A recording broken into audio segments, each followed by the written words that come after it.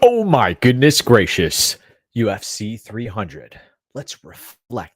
Let's take a look back upon one of the greatest UFC events of all time. I was in attendance at Pride Fighting Championships 33, which featured many amazing matchups from a mixed martial arts perspective. Main event was Dan Henderson taking on Vanderlei Silva. We also had Mauricio Shogun Hua taking on Alistair Overeem. Also, Takanori Gomi in his prime faced Nick Diaz. There were many other great matchups. And I personally consider Pride 33 to be the greatest mixed martial arts event of all time. We saw Sokaju dispose of Nogueira in one of the biggest upsets in mixed martial arts history. And when you talk about UFC events, different brand at the time, I say UFC 300 is up there. I'd like to hear what you think as well. I want to thank everybody for tuning in today.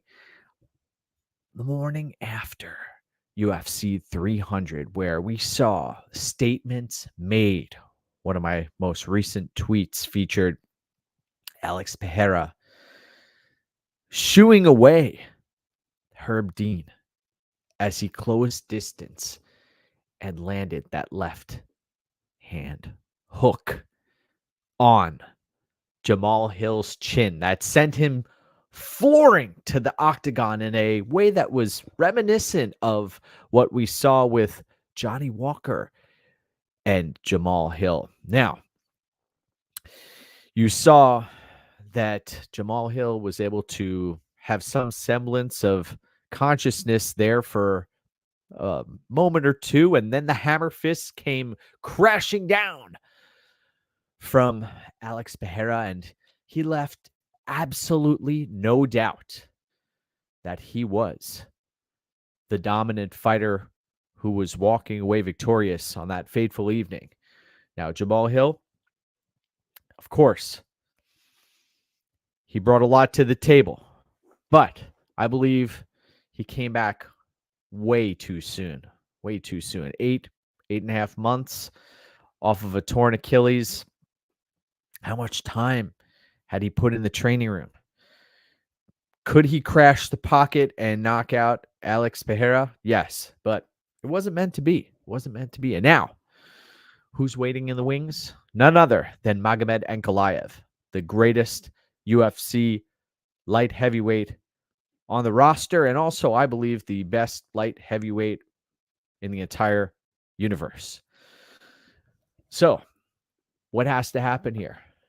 I believe that the next matchup that makes the most sense, Magomed Ankalaev versus Alex Pereira at 205 pounds. There's some talk that Pereira may end up moving up to heavyweight to take on Tom Aspinall. That would be something. That would be something. There were, as Patrick mentions here, a number of breakout performances. We saw another matchup that really caught my attention was Sadiq Yusuf's chin, or lack thereof, has cost him in numerous matchups. And who puts him out this time? Diego Lopez. Diego Lopez, known as a proficient grappler, gets the upper hand as far as the uppercuts go, was able to toy with Sadiq Yusuf, put him down, and then also you saw that there was the potential for the submission victory, but no, Diego Lopez, he chose to pound out Sadiq Yusuf. So that was something that stuck out to me. Yes, it was an incredible night of fights, and we've made it 4 minutes into this breakdown and this reflection upon UFC 300, and we have yet to mention Max Holloway. And you talk about a BMF, you talk about a fighter who's willing to risk it all for the glory and put the crowd on its feet. Look what he opted to do. He was winning. He was beating Justin Gaethje handily, Max Holloway was. He was up on the scorecards, and And he had uh, no reason to point to the center of the octagon with 10 seconds left and say, let's throw down. But guess what he did? He said, let's throw down and let's see what this is all about. And look what happened. Justin Gaethje gets caught, gets dropped, and finished with, I believe, a second left on the clock. Incredible, incredible moment. And it just showed you that Max Holloway was about that life, I guess you'd say, right? He was willing to throw caution to the wind and give Justin Gaethje a chance in those last 10 seconds. And you saw that was a statement made, and that will go down as one of the best moments in UFC history. That highlight will be shown from now until eternity. But you look back at that fight, and from a technical standpoint, Justin Gaethje was getting eaten alive on the feet. Remember, he took that spinning back kick to the nose at the end of the first round, I believe. And he was busted up. Those eye pokes were a factor. Yes, Justin Gaethje was able to continue on. No points were deducted, but the speed discrepancy, the ability to get in and get out of range and land combinations, there was a huge differential and discrepancy in skill set when it comes to Justin Gaethje versus Max Holloway. But I will say this, Justin Gaethje has made tremendous improvements. He is much better than the fighter that arrived at the UFC versus Michael Johnson in his debut. This is a fighter who, under the tutelage of Trevor Whitman, has, I believe, done the best that he possibly could have. And he had no business being near a belt or close to, yes, BMF belt, but not a championship belt. And that's what we saw last night. Was we saw Justin Gaethje getting outclassed on the feet, and yes, tough as nails, yes, willing to dig deep, and those leg kicks were starting to pay dividends. But long story short, Max Holloway, the much better fighter. And you saw that 155 pounds, those 10 extra pounds, he had adequate time to fill out, and better fighter got the job done. I cashed on Max Holloway at plus 140, which underdog play, only money line play of the evening. So that not only felt good, but also felt great to watch Max Holloway walk away with the belt. And now what happens? What happens here? It seems like even though Max Holloway isn't the champion, that he is in the driver's seat here. And Ilya Topuria, that's a dangerous, dangerous matchup for Holloway, I believe. I know we have Holloway backers are coming out, and I was one of them in this matchup. But when Topuria and Holloway fight, I think this is a situation where we'll likely see some value on Topuria. I think that it'll be interesting to see how a line opens here, and also when this fight gets booked. I'd like to see a quick turnaround here and Topuria get back in there. Now, there were a number. Shady, great to see you. Thank you for joining us. 300K all around. He didn't have to engage. And credit to Gaethje for finishing the fight with the nose and the eye pokes. I agree with you. And, you know, BMF fight, incredible, incredible performance from Max Holloway. Now, let's talk about a few other fights that really stood out on this card. One of the greatest UFC cards in the history of the promotion. Devison Figueiredo, his strength, the difference in grappling and wrestling and power. You saw they both crashed the pocket. I mentioned there was going to be a whole lot of feinting going on, and that was what was taking place early.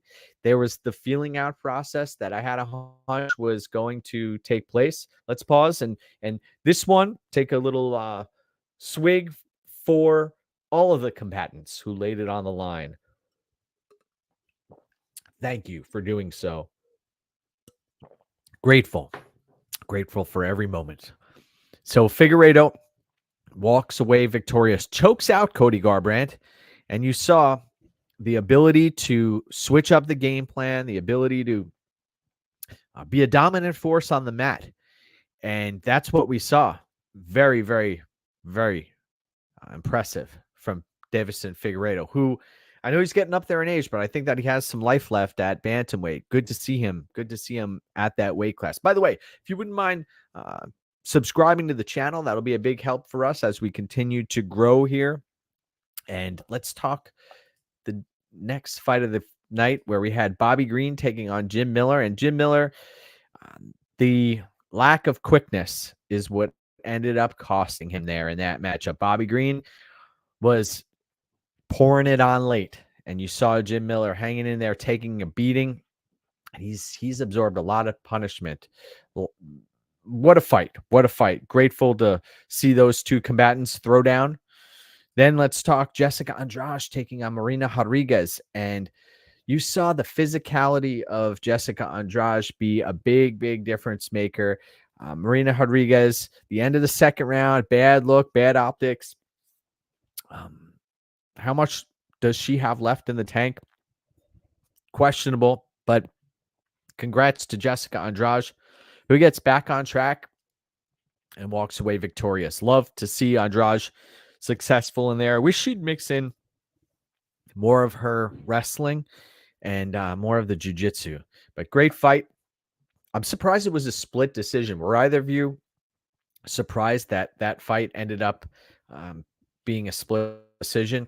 Now, Jalen Turner, who lost to Renato Moicano in a matchup where Jalen Turner was within one strike of walking away victorious, but he left Moicano with an opportunity to get back up, get into the fight. Moicano, man, you love to see a fighter fighting to their strengths, right? Wasn't that beautiful to watch Renato Moicano commit to the grappling? And beautiful, beautiful performance there from Renato Moicano. Loves the post-fight speech. He's really got a good thing going, Renato Moicano. Money Moicano. If you're in a street fight, you never walk away like that. Oh, 100%, 100%. You're giving the opportunity to somebody to come back and put your lights out. And that, basically, that's what happened here. Moicano, he stuck to his strengths. Beautiful, beautiful. And we talked about Diego Lopez exposing Sadiq Youssef's chin. Now, wow, let's talk Kayla Harrison and Holly Holm. That was something else too.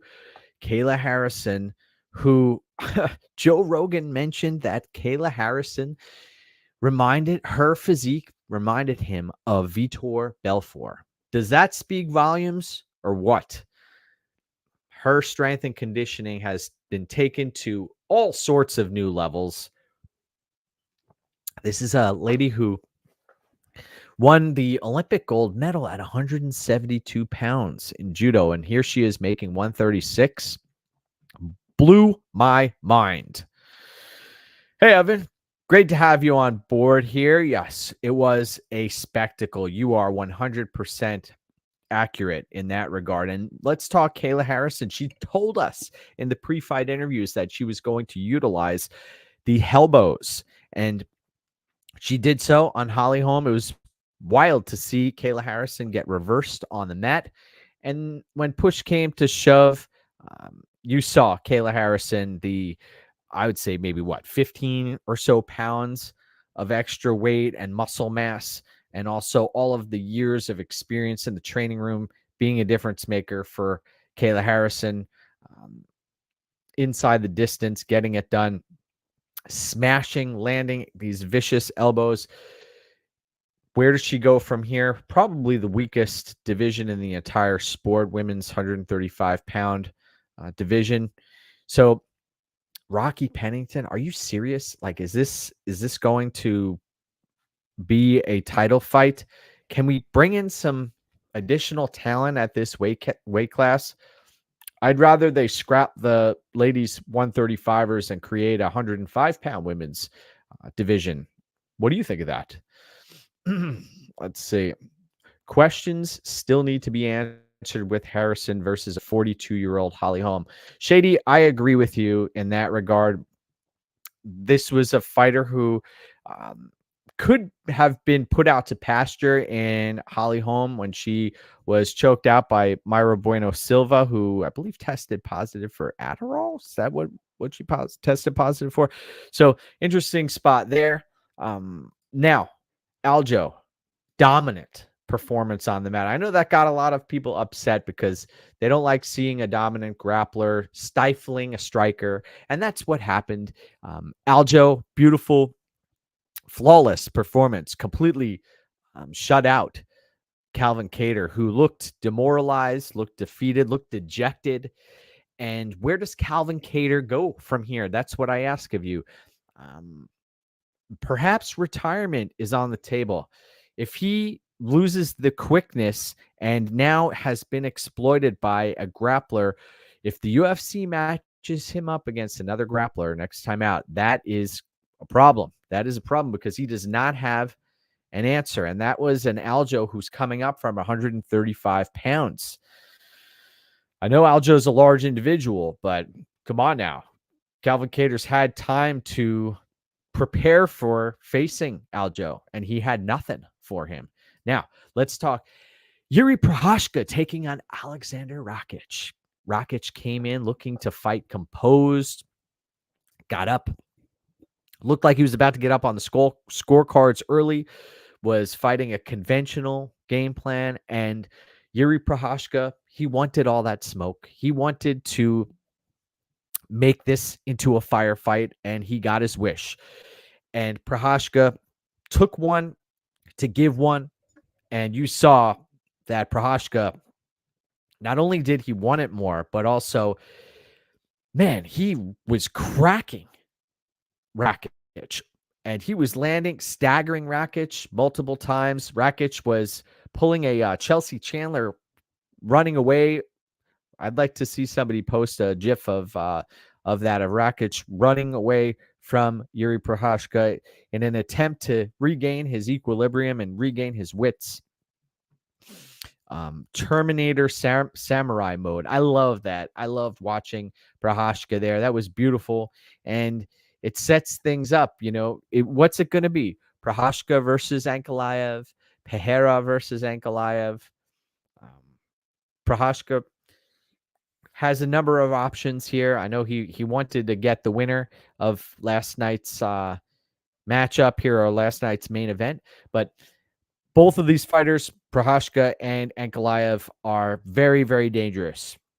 So I look forward to seeing them meet up at some point. But we've got to be honest with ourselves. The best light heavyweight on planet Earth, even better than John Jones, in my eyes, Magomed Ankalaev. Now, Bo Nickel taking on Cody Brundage. Somebody posted Bo Nickel versus Chris Weidman as a prospective matchup, and I heard Nickel say that he's not interested. He has too much respect for Chris Weidman. And what's interesting is as Chris gets older, man, it's tough to pick and choose these matchups as a former champion. You sometimes get put into a corner where you have to accept a fight against a dangerous opponent. And man, the circle of life here wouldn't surprise me to see Bo Nickel fight someone like Chris Weidman. And it just puts more stock into Bo Nickel here, who's getting the slow build of all slow builds. You talk about Sean O'Malley getting a slow build. How about Cody Brundage being an opponent of Bo Nickel, who had really not much to offer? I know he landed a strike or two, and that was about it. Had a few laughs while he was on the bottom at the end of a round, trying to go 2-on-1 with Bo Nickel's arm and stop a submission attempt. But come on now. We need to give Bo Nickel some legitimate competition out there. I want to see Bo Nickel get tested, and sooner rather than later. It's amazing to me also that this fight ended up on the main card. Now, Arman Tsarukyan versus Charles Oliveira. This was a play that I ended up losing on. I had fight doesn't go the distance, and you saw Tsarukyan. He had his chances about ending the fight, And Charles Oliveira initially had choke in, and then towards the end of the fight, he also it looked like Oliveira was locking it up. man, what are you going to do? So I believe an anaconda there at one point. There were a few options on the table for Oliveira, and you saw there was a triangle, I believe, at the end of the second round. Close fight. Sarukian walks away victorious, and I love that matchup. That was a great fight. Questions were answered. You saw how deep Sarukian was willing to dig, and it was reminiscent. There was a situation that was reminiscent of the Brian Ortega Alex Volkanovski matchup, where a submission was locked in, and there was a danger zone that was in play, and Sarukian fought through that danger zone, showed you what he was made of, and great fight. We already talked about the Gaethje Holloway fight. Fantastic matchup where I cashed on Holloway at plus 140, and you saw Gaethje, still glorified punching bag, but he has made improvements by leaps and bounds. Much better fighter than he was initially. And you saw a moment or two during the fight last night where he could have just thrown caution to the wind early in the bout, and he decided not to and fight a more composed matchup. I'll be honest, that throw caution to the wind style and willing to go out on your shield early or drain your gas tank and drain your opponent's gas tank may have been the best option for him here, because he tries to drown fighters and then survive based on his durability. And heck of a fight. Love that fight last night. That was awesome. Great pictures also from that fight were taken. Kudos to the photographer who was able to capture the indelible moment there. Now, Weili Zhang taking on Yan Xiaonan. This was a matchup where you saw Yan Xiaonan go unconscious and get the benefit of the doubt in that matchup. Look at this. You say, Holloway, nice. All right. There you go. Way to be shady. Speaking of Weili Zhang and Yan Xiaonan, you saw Weili Zhang attempt to finish the fight multiple times. If you had a different referee, the fight would have been stopped. The fight could have been stopped 2-3 times, and they let it go. Was it Herzog? Somebody let me know who the referee was last night for that fight, but they let it go nonetheless. And Weili Zhang emptied her tank, and you saw a second win from Weili Zhang. You also saw a third win from Weili Zhang, and you saw a fourth win from Weili Zhang. The strength and conditioning program that Weili Zhang implements, we saw it in the Joanna former champion matchup the first time they fought, where Weili Zhang needed to be carried back to her corner, and somehow she came back to life and fought to the end there and won that fight. And here she did it again, but this bout consisted of much more grappling, and you saw Weili Zhang champion mindset, champion effort, and she retains the title. So cheers to Weili Zhang. Now, Yan Xiaonan still fought her ass off, had her moments there, but most of her success was predicated upon Weili Zhang emptying her tank and having nothing for multiple minutes. But Weili Zhang, like the Energizer Bunny, came back to life and kept going and walked away victorious. So very happy for Weili Zhang there. Now, she could potentially get tested again, but I think that now she'll go back to her grappling. She'll utilize that. It's amazing. She's had so many finishes on her resume and ended up going to a decision here. My heart goes out to anybody who happened to be holding a fight doesn't go the distance ticket or a under 4.5, under 3.5, under 2.5. There were moments to be had there. That fight was very, very close to being ended. So cheers to Weili Zhang. And then we spoke briefly about the main event of the evening, where this all started in the press conferences, and you heard Jamal Hill talking a great game, and then having the prop of Alex Pereira's head. Um, it was there were insults, there were barbs, and then as they're making the walk into the octagon, Jamal Hill is waiting for Alex Pereira, just sitting there waiting for him. And Pereira gets into the octagon, wastes no time, gets hit in the groin, shoos Herb Dean away, closes the distance, lands the left hook, and that's all she wrote. Some hammer fists closed the deal. And then you saw this gesture that was a statement like, look what I've done to you. Look at this. Basically, it was I believe, a reality check for Jamal Hill, who was brutalized and beaten. And we've seen this happen before, but I will say this: Jamal Hill he's a warrior. He's a dog. He's somebody who is going to fight hard for your money, but also he bit off more than he could chew in this matchup. And you watch back the fight footage, you have to believe that Jamal Hill came back way too soon here, way too soon. And he was gifted a title shot, right? He beats Glover Teixeira. Look at his mixed martial arts record. Highly skilled fighter, yes, but championship quality, I don't believe he I bet on Hill against Glover Teixeira, but I don't believe that Hill is a title worthy fighter. And after this matchup, his ground game has already been exploited.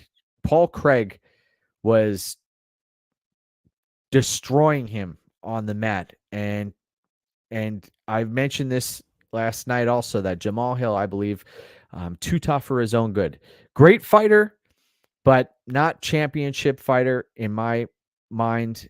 I also believe that there are too many holes in his game here, and now he gets exploited on the feet, gets put out, and goes back to the drawing board. But great fight nonetheless. You saw Alex Pereira. Now, Israel Adesanya was in attendance. You got to wonder what was going through Israel Adesanya's mind watching this all unfold, knowing that Pereira moves up a weight division after getting knocked out by Adesanya, wins the belt, and now he's defending Pereira's defending the light heavyweight title and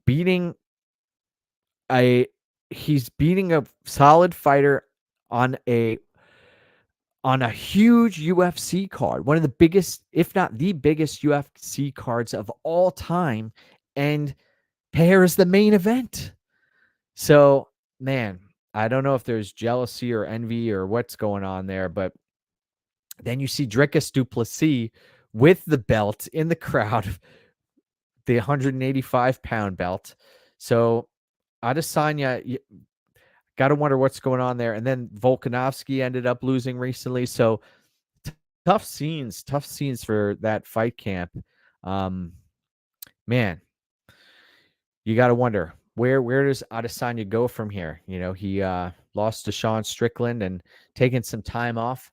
But great card. UFC 300, fantastic card. We're getting the recap out in under 30 minutes.